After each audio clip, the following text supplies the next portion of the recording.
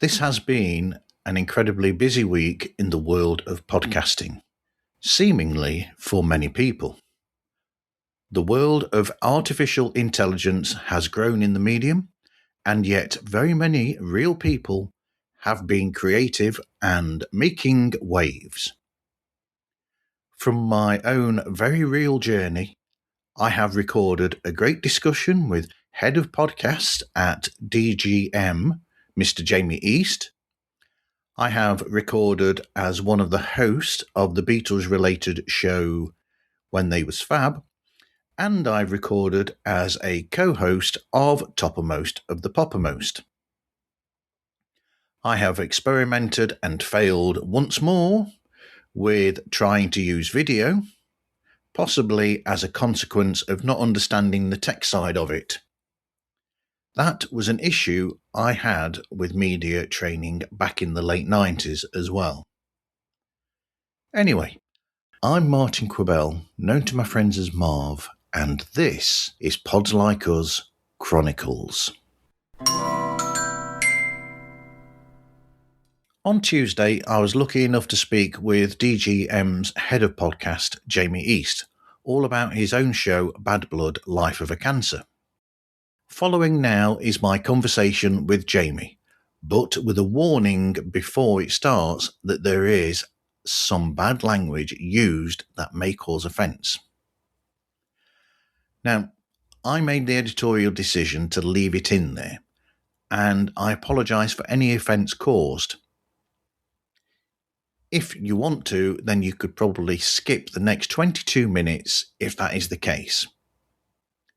After my talk with Jamie, you will hear a trailer for Fallacious Trump, a podcast by a fellow participant in the July month of podcast group. And then I will return with a huge roundup from the week. Thank you. Okay, so I've been telling everybody to listen to the podcast Bad Blood, Life of a Cancer from Jamie East, and I've been hoping to get hold of Jamie to talk to him about it, and luckily I have. Hello, Jamie. Thanks for speaking today. Hey, Martin. How you doing? I'm fine. Yeah, I saw the other week you promoted on LinkedIn that it was coming out, Bad Blood, Life of a Cancer. And as soon as I saw it in the title, and I thought, I've got to listen to this, because you do a lot of production and you are head of podcasting at DGM, but in your own presentation style, there's an honesty to it. Yeah. Oh, thank you. Which lends itself really well to the show. So that was one reason why. But even then, you listen to the show and you do let yourself out there very much, and it is all in there. Everything, your whole motion. You don't hide anything. Well, no, and I don't, I mean, it's in my nature anyway, whether it's, and I think whatever format I've been working in, and I've worked in most of them now because I'm that old, whether it's print, whether it's online, whether it's blogging, whether it's TV, whether it's radio, whether it's podcasts, I think, I've always tried to stick by the same principle, which is talking a language that people will understand. And everything has to be honest, and I don't mean that in a virtuous way, but I think, regardless of whether you're talking about celebrity gossip, or whether you're talking about politics, or whether you're talking about, like with Bad Blood, whether it's an illness or anything, you have to come from it from a personal point of view. Otherwise, what's the point? There are enough people reading scripts. There are enough people saying what they feel that they should be saying. And I've always tried not to do that. Sometimes I've failed at that, and sometimes it hasn't really fitted the format very well. But I think with Bad Blood, obviously it has, because it's just such a deeply personal story, yet carries such universal themes. Yep. I've also said to people in my explanation of the show that they've got to be ready for, okay, we'll get to it. Was it episode 4 or episode 3 where you and I have something in common with each other, where... Right. My family will tell me, just like yours do to you, they'll say, you do swear a bit too much. So I did let people know, if you're going to listen to this, be ready, because there's some effing and jeffing in there, shall we say. Yeah, and look, there's a time and a place, obviously, for language. I've always used language in its strongest terms, back from when I was doing Holy Moly or whether, anything. I'm just a foul-mouthed kind of guy, really. I think swearing's fantastic, and I love it when it's used properly and used with passion and with gusto. There is nothing like just telling someone to fuck off. Is just such a beautiful, beautiful thing to be able to do. And I think, obviously I do a lot of podcasts where there are no swearing and where it would be deeply inappropriate. But I started recording this, within days of being diagnosed. And, look, there's always in the back of your mind, if you're a content creator in any form, it's like, this is going to be good stuff, right? I was aware of the power of kind of capturing the moment. But also, there was no producer working with me on this. I was locked away in my garden, really, with nothing but a microphone and a laptop and a load of chemotherapy. So it was also just a way of getting things straight in my own head. And I swear in my everyday all the time anyway. And then when I came to edit it, because I did the whole thing myself, I do like to roll my sleeves up and get my hands dirty. I thought about cutting it all out, but actually, it's like, it is meant to be honest. It is meant to be raw. And, quite frankly, I've not made this for other people. I've made it for myself. And some people will be offended by it, but you know what? Fuck them. Yeah, because it's you being in that actual space. Yeah. When it's happened. So you're finding all this stuff out because there's recordings here of you finding out things for the first time and then given a natural reaction. So your natural reaction is not going to be all sunshine and roses. It's going to be a case of, well, I'm not very happy about this. This has really pissed me off. And you will be honest about that because you're in that moment and that's how it is. Yeah, I defy anybody to get told that they got cancer, not to immediately go, oh shit. That's just a natural human reaction unless you're a nun. And a lot of the stuff is me, it's not a scripted thing. So, I'm taking myself on a bit of a journey and actually talking about how I feel and unraveling it in real time. So I think anyone that goes in there listening to, I give fair warning to the content. I talk about death, I talk about illness, I talk about cancer, and it's done in my own style. And I doubt very much whether people are going to discover this without really knowing anything about me. So anyone that knows anything about me knows that, I don't really hold back in any form. When you started the recordings then, because the first episode is the phone call. Yeah. Is it just a case of you recording and thinking, I don't know what's going to happen, but if I keep this for some reason, were you not sure what it was going to be? Were you just a case of, I'm recording this just in case? Because to use your phrase, Schrodinger's podcast, if it's not recorded on a microphone, does it exist? Yeah. But you know what? I think I wanted to document it. Yeah. Anyway, I think it's an important, it's a life event for anybody, right? And I think, and genuinely, I had no idea what was going to happen. I didn't know if I was going to be around now. So there was part of me that just wanted to put something down about how I was feeling. Look, worst case scenario, I cark it, and it was just a way of like leaving a bit of a diary about what it was like, not for any like commercial gain, but even if it was just for my kids or my family or just for like future. And audio is just my preferred medium for doing that. Some people are brilliant at writing and get enthused about the thought of writing 5,000 words. I can't think of anything worse. Even though I have to write occasionally, I enjoy it once I do it, but it's not my chosen vehicle. I'm not a TikToker. That's some people's chosen medium for communication. Mine is the power of intimate audio and always has been since I started doing radio and discovered it as opposed to doing telly. So it's always my go-to, whether it's like making notes for a meeting or whether it's collecting my thoughts in a journal or whatever it is. I leave voice notes for myself all the time.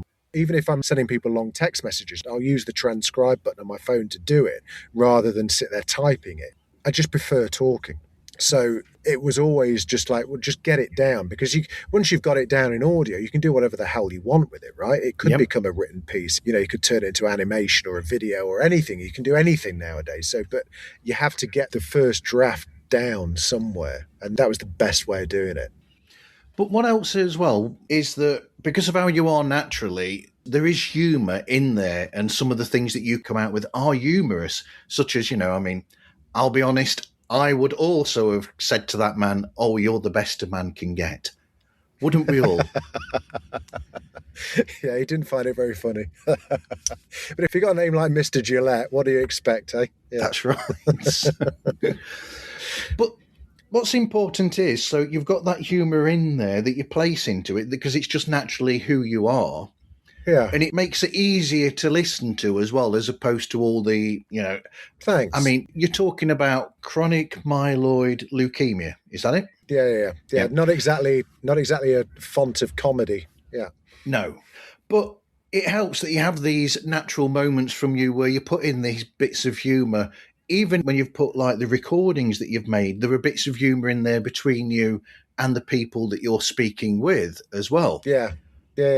But otherwise, life is just too fucking heavy sometimes, right? Yeah. And you sat there in a doctor's office. It's so out of body and ludicrous that it is funny. It is just mad because you're just like, fucking hell, last week I didn't have cancer and now I have, and now someone's shoving a javelin at my arse. It's these kind of mad moments where, and it is, I guess, a defense mechanism as well to some respect, because, it delays the shock, or it allows you time to collect your thoughts if you're taking the piss a little bit and stuff. But I think genuinely, I mean, what is comedy other than, I can't remember who it was that coined it. Comedy is nothing more than tragedy times time equals comedy, right? So it's about finding the funny in the most darkest and ridiculous of things. I mean, otherwise, I'd have just been, throw myself off a bloody cliff, and thank goodness I didn't, because it was all right in the end, or hopefully. So my knee-jerk reaction is always to tell a joke, not always to my advantage, gets you into trouble. School wasn't much fun. Yeah. You and me both. So you've got all these recordings of your own experience doing these journals yourself and your own thoughts at that time. You've got also discussions that you have with the experts as well. This helps to put the message across about it and to get people out there, making sure that you get checked, because we'll just say it, people need to make sure that they get themselves checked out for these things. Yeah, 100%. Obviously, I put it out a year after my diagnosis, so I've been sat on these recordings for like ages. Yeah. And never really couldn't work out what to do with them, whether I did want to put them out, because it felt like a little bit, not self-congratulatory, but, I didn't want to just put it out there, because just with my producer's hat on, right, there's got to be something more than just a bloke just talking at himself. No one wants to listen to a monologue. There has to be some sonic kind of interest there, whether that's, so even like including the phone calls that I did, just offered a bit of a break and offered to kind of put you in the room with me is always good. And then thankfully, I have a minuscule kind of profile because of the work I've done previously.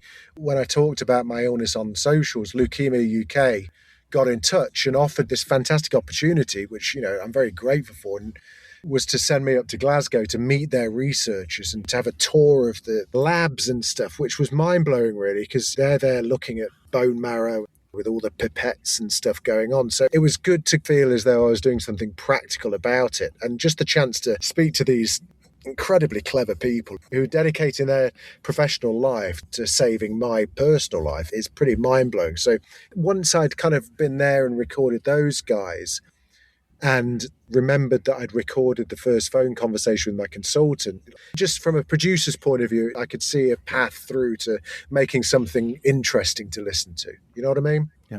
Otherwise, it would have just been a bit miserable and boring, It's made it into a rounded listen, really, a rounded show, because you've got your own experience of going through it, and then you've got the actual phone calls and all that. Yeah. But then on top of that, you've got the facts from the people that you've been to talk to as well. So it gives everybody a full look at the subject, so that in a way you're introducing them to what it's like, what the history of it was, because when you came up with that fact about Hiroshima, for instance, that was fascinating. I don't know why. Yeah, mad, isn't it? Yeah, exactly. That is really mad. Yeah. For the listeners that haven't listened to it, I asked one of the professors how long I would have, because one thing I couldn't get my head around was that, that I just had this for a week. And he turned around to me and said, no, you've been walking around with this for years. And we know that. And the reason they know that is because they were able to measure the amount of people diagnosed with CML or with leukemia after Hiroshima. Yeah. So their exposure to the radiation of that bomb, they use that as the benchmark for how quickly it can manifest itself in blood tests and all the rest of it. So little things like that, I just find those fascinating, right? It's just mad. But also I think they're all universal topics. Yes, It's very specifically about a very specific strain of leukemia, but on a very human level, it's about fear, it's about mortality, it's about the health service, it's about family, it's about friends. Those topics and those feelings are about any form of illness. And spoiler alert, we are all going to get ill and die from something at some point. So even though up until I got diagnosed, I was the same as probably most of the listeners, going, this is something that happens to someone else or something that will happen to me when I'm 90. Well, you know what? Probably not, actually. There's every chance that we will all get a shitty phone call at one point in our lives, and that's what I was trying to talk about, really. And it comes across really well. Thanks, Martin. Appreciate that. I also liked in episode 4, and if there's anybody who doesn't know who you are, that open to episode 4 is who you are in a way, because, and this is a niggle for me as well as yourself, is that you've got a clip from a trailer for an episode of another podcast by Stephen Bartlett. I'll just say it. Stephen Bartlett did this show, and it interviewed this person, and because of the way that the trailer was edited together, the information is, for want of a better phrase, total bullshit. And you called him out on that as well. Yeah. And I think, look, everyone knows, people that work in the media and even people that don't now, everyone's attuned to the fact that a trailer doesn't really give a sense of the full product. And I get that.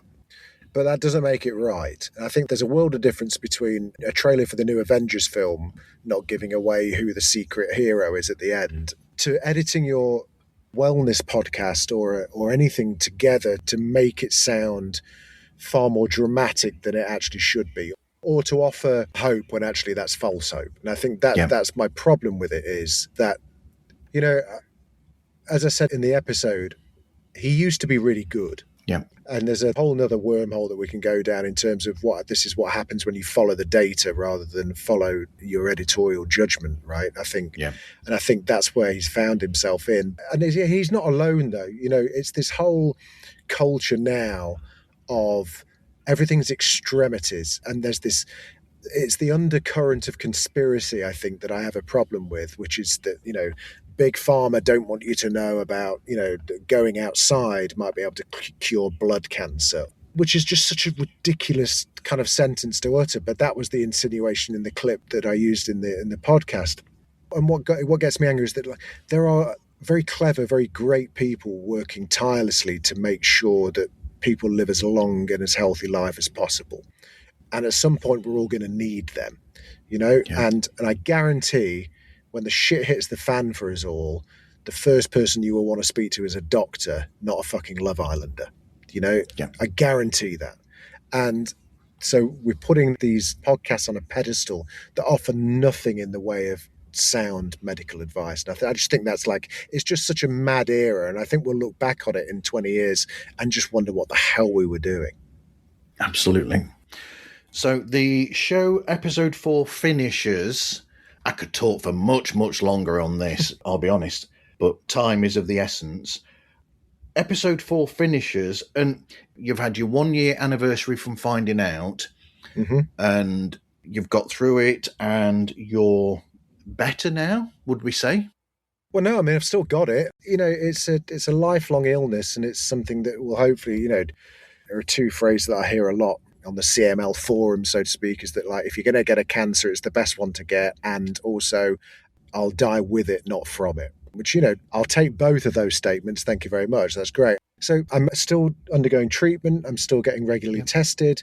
Treatment's going okay. It's not going as brilliantly as I'd like it to go, so there might be a chance that I switch meds again. It's a long-term thing. There is no quick fix to it, and I'm sure I've got dark days ahead of me. But I feel pretty well armed and kind of prepared for those. I've got a bit more of a sense about how things are going to go. And, there's not going to be any quick dramas, hopefully, either way. There's no eureka moment, but hopefully there's no kind of like disaster moment either on the horizon. But you've also said in that ending of that episode that this follows on from the Schrodinger's podcast.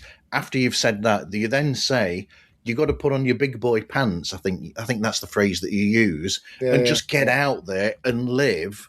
Yeah, and not let this be the thing that controls you and defines who you are. Yeah, exactly. So it almost feels like an end to the show in a sense. Is that actually it, for and done, or is there some more to come? Well, I don't know. I don't really know what more there is to say. I don't really think, I don't want to join the noise, really. And I don't think the world needs yet another minor celebrity kind of talking about wellness on, there are plenty of people doing that. Never say never, because, don't quit the hit and all that kind of stuff. But I don't really know what I've got of value to add to it at the moment. That might change. There might be something, I might think of something, but I don't really want it just to become like a guest podcast where this week I'm talking to someone about lung cancer and the next week I'm talking to a diabetic expert, because I'm not an expert in that. I wouldn't know what the fuck I was talking about. All I know is my story. Yeah. And it feel and I meant what I said in terms of like the year kind of anniversary was a good marker. And I referenced the fact that like when we lose someone, they always say the first year is the worst and then it gets better after a year. And I'm sure that's like a psychological barrier that we have, right? We reach that year and then we allow ourselves to move on. So I was using that as an example where, I've spent the past year thinking about that year marker, and that's done now. So I do feel as though I'd quite like to not be defined by just a man with cancer, but just having kind of like, I think we run through life covered in Velcro, and certain things stick to you and you carry along with you. And this will hopefully be just one of those things that add to my kind of like life experience. But, never say never. If there's something interesting to talk about, or if there's some dramatic development, or then of course I will. But, I kind of feel like the world doesn't need another just white, middle-aged, middle-class guy wanging on about something. You know what I mean? There's fucking loads of them. Yeah. And it works. The 4 episodes work, following on from each other. You get the beginning, you got the middle, and then there's the end, in a sense, where it just goes, right, this is where I am now. Yeah. It's all over with. And I've still got it, but I'm carrying on with life. I'm not going to let it define me. Yeah. That's a really good ending. And it's a nice, comfortable 4. Yeah, and I've had lots of people feedback. I've had lots of nice emails, lots of letters, and I had some leukemia experts from America get in touch with me to say that they'd listened to the podcast and also read some of the articles that have been put out. Maybe there's a little thing where I kind of addressed some of the comments and stuff. Would be a nice way of finishing, but who knows? Let's if I feel like it's needed, then it doesn't take long, does it? No, that's right. And like I've always said to people when it comes to podcasts, this makes it different to radio, which is that if you're going to do work in podcasting, do something that interests you and is a part of you, and don't try and force yourself to talk about something or do something that isn't in you itself. You have to have that in you to be able to put it out there. Yeah, and I think that's true for broadcasting as a general rule. And certainly as in television, people don't hire presenters now just because they're good presenters. Those days are over. People hire presenters on television, certainly, because they're an expert in a field, or they've had a life experience that leans them into whatever show it is that they're working on. And the same for radio, although radio is slightly different because generally speaking, they're more magazine formats. But certainly from podcasting, if you don't care about what you're talking about, then no one else will. No. It's as simple as that. It's such an intimate format. People can smell a fraud a mile off. And there's no amount of editing or fucking compression or mastering that is going to change that, right? When you're podcasting, there is nowhere to hide, and that's what makes it so special. That's so true. Anyway, thank you for speaking with me today, Jamie. Martin, no, thanks for your support, man. I really appreciate it. And thanks for inviting me on. No problem. I've enjoyed speaking with you about it, and I've loved the show. So let people know about how to find the show and how to contact you, please. Yeah, so Bad Blood is available, obviously, wherever you listen to your podcasts. It is an audio-only podcast. Imagine that. I know. And you can get in touch with me. The best way is just on Instagram, like just DM me at Jamie East or email badblood@seriouslypopular.com. All right. Thank you very much, Jamie. Thank you. Dude, really good to speak to you. Thank you, mate.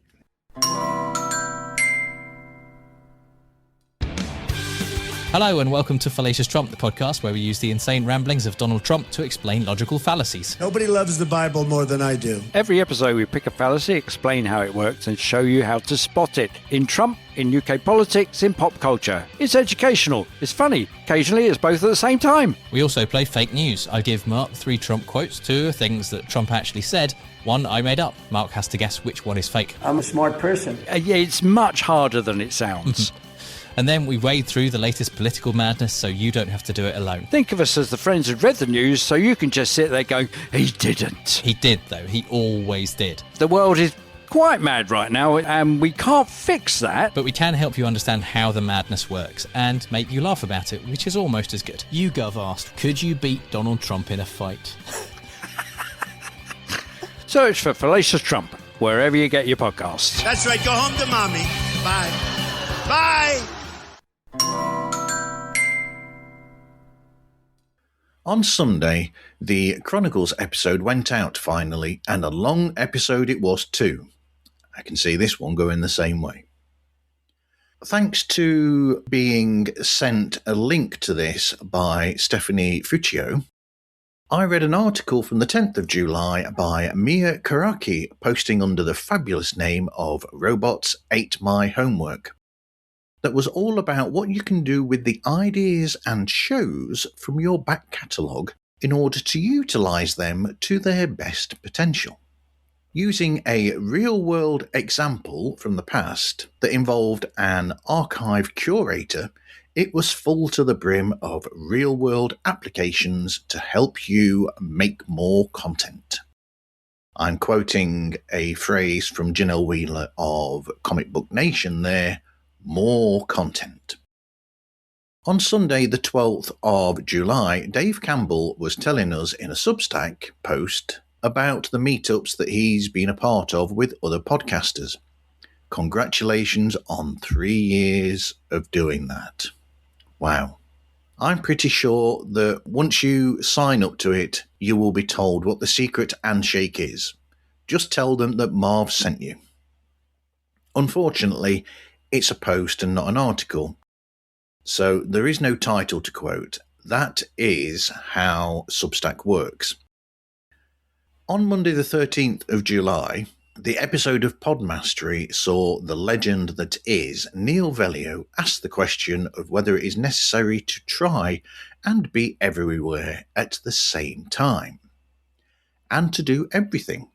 Especially when more than 99% of podcasters have to balance full-time jobs and family commitments at the same time. He used a very interesting analogy about how, as a kid, everyone used to change the radio station between BBC radio stations 1, 2 and 4, and how, essentially, podcasters are trying to be everything at the same time just like that, as opposed to staying the course and maintaining what makes them what they are, their individuality that gets them that niche audience. In the 13th of July episode of Sounds Profitable, Gavin Gaddis told us about changes going on for Buzzcast, Spotify, Megaphone and so much more. In the 13th of July episode of Pod News Daily, one of the items that James Cridland mentioned was that the actor Tom Holland appeared on the show The Rest is History, hosted by historian Tom Holland. Not mentioned in James's piece about the episode was that they did a take on the infamous pointing multiverse of Spider-Man picture. Then again, I am a geek, and James Cridland is a god amongst men who would not stoop to such levels, I'm sure. On Tuesday the 14th, I recorded a chat with DGM Head of Podcast and the presenter of Bad Blood, Life of a Cancer, Mr. Jamie East, particularly to speak about the aforementioned podcast. I also was one of the co-hosts of a When They Was Fab episode that was recorded that day as well, due to come out later today, in fact. In the 14th of July episode of Pod News Daily, James Cridland told us about Norma and John at Podbiz having reached a year of podcasting. Congratulations to them on quality programming all the way through from episode 1. Also on Tuesday, the 14th of July, Frank Graciopi put up a post on Substack entitled Brains on Puberty Podcast, What Kids Need to Know. In the article, he spoke about how tricky it can be to create shows for kids, especially ones that don't talk down to them, whilst at the same time trying to give them guidance through difficult moments that they are going through in their lives, particularly physically, let's say.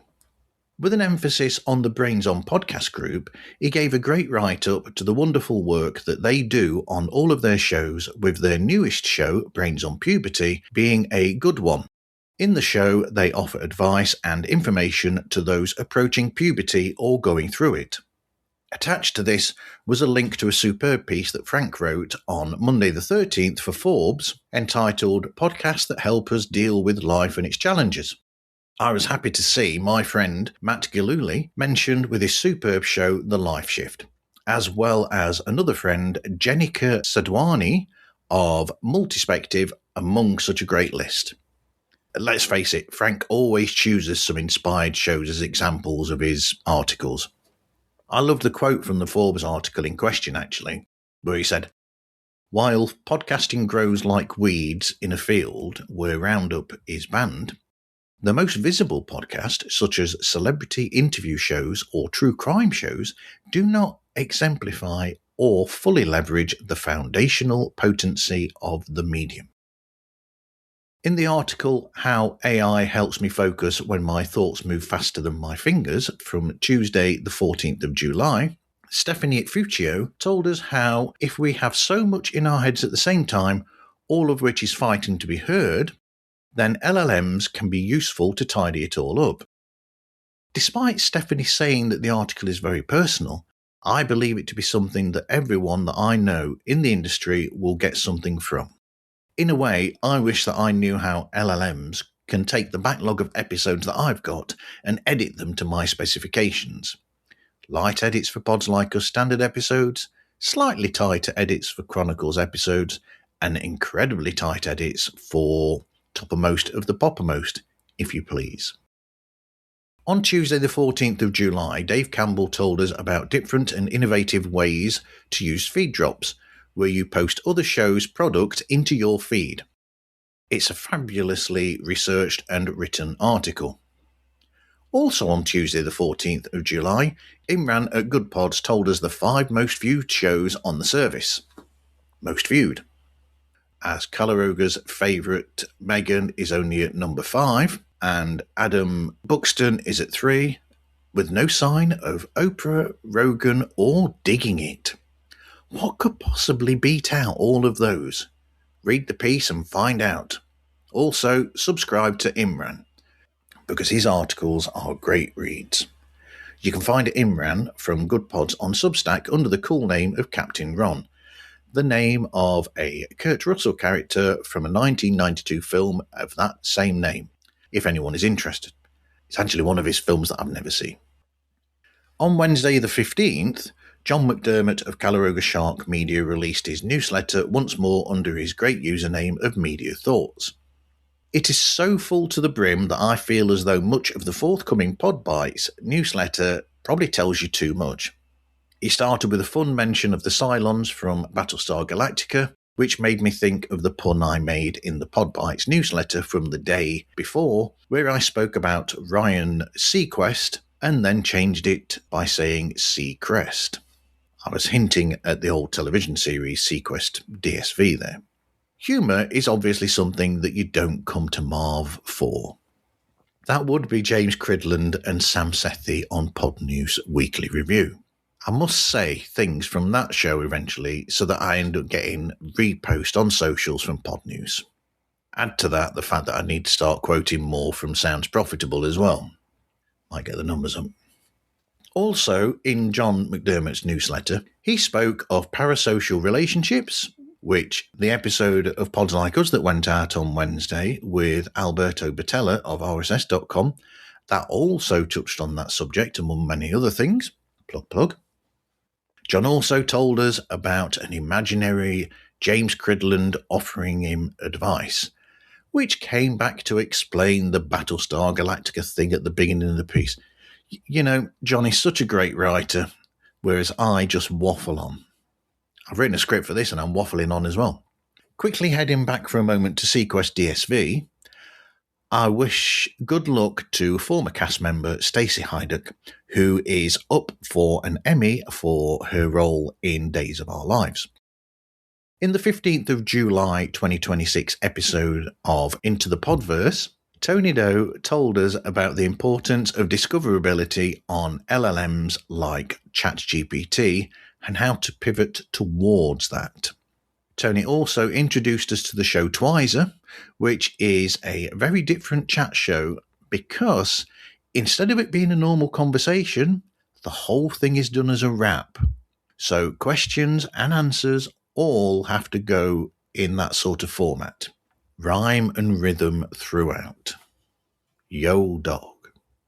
In a post from Thursday, the 16th of July on Substack, Stephanie Fuccio told us about the importance of having a trailer for your podcast, which is something that I finally did recently, and I got some backlash for. People didn't seem to understand that what they saw as noise in my podcast was actually the multiverse of Marv saying different names for people who have been on the show since October of 2020 when the show started. I was using that as a way to say, hey, I've done a heck of a lot and I'm not done yet. Some will love and some will hate. You can't please everyone because if you try, then you become far too safe and unlistenable. Either that or a talk radio show pretending to be a podcast. There are enough of those around already, and most of those have got celebrities at the helm. On Friday, the 17th of July, John McDermott posted an article on Substack that spoke about Netflix not releasing the numbers for people who take in podcast on the service, joking that the numbers must be so large that they don't want to scare away the competition. Among the things that Tony Doe mentioned in the Friday the 17th of July newsletter version of Into the Podverse was a great look once more at the future of AI in podcasting. Tony also mentioned about Next Capital's new podcast, Next Ideas Pod, where entrepreneurs and aspiring founders submit their ideas. Airpiece are expanding their regional networks across the African continent.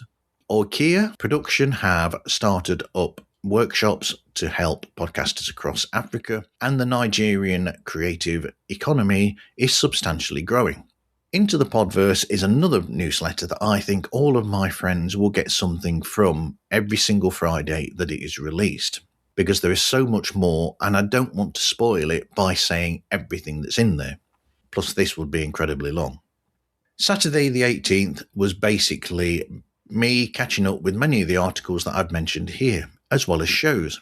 During the week, I caught up with some episodes of Daily Tips that may or may not help you, which included Ariel and Ned mentioning that they are taking a break, during which they will re-release some classic episodes from the daily release schedule that they have kept up since the beginning of December 2023.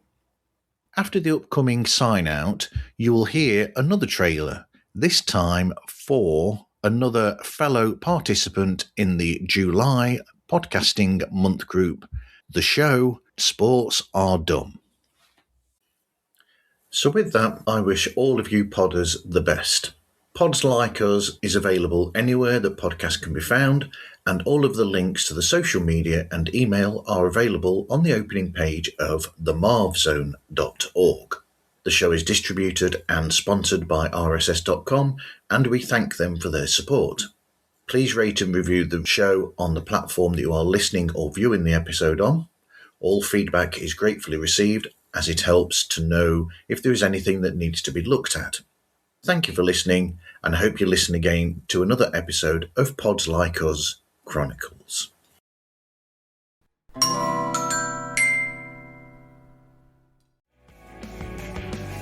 Well, Sean, you're a sports fan. Yeah. And I'm a sports fan. Uh-huh. And I would even posit that we are big sports fans. Huge. But you know what, Sean? Sports are pretty dumb. They're hella dumb. And that's what this podcast is all about. We love sports, but we're going to talk about the dumb parts of them. And it's going to be a grand old time. He's Sean, I'm Joey, and sports are dumb every Tuesday.